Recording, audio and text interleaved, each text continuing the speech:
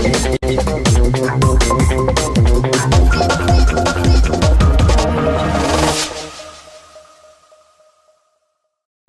Cerdanyola Futbol Club ha aconseguit derrotar la Unió Esportiva Figueres i amb això ha sumat els seus 3 primers punts de la temporada.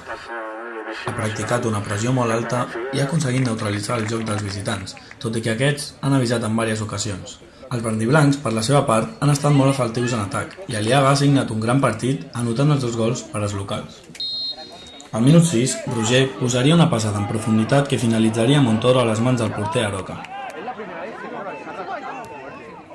Al 23 seria el Figueres qui provaria el contraatac, però el Cerdanyola ha estat molt sòlid en defensa i ha aconseguit solventar l'atac dels visitants. Al minut 31 provarien Roger i Aliaga, que amb una combinació no aconseguirien materialitzar el gol.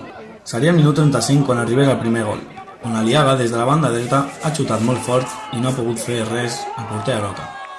Al minut 36, però, Conill ha reaccionat molt bé per part dels visitants i empataria el partit, amb una rematada de cap on deixava sense opcions a Miguel Ramos. Seguidament, al minut 41, després d'una gran passada de Roger novament, Víctor Aliaga transformaria de vaselina. Al minut 46, només arrencar la segona meitat, Jona tindria una ocasió de perill, però no ha aconseguit rematar amb eficàcia. Miguel Ramos ha estat molt atent i ha aconseguit refusar les numeroses ocasions que ha tingut el Figueres. Al minut 88 seria Dani Gómez, qui fregaria el travesser i avisaria encara als locals. Als darrers minuts, el Cerdanyola ha tingut un gran contraatac, on Demba podria haver fet el 3-1, però no ha pogut materialitzar davant del porter visitant.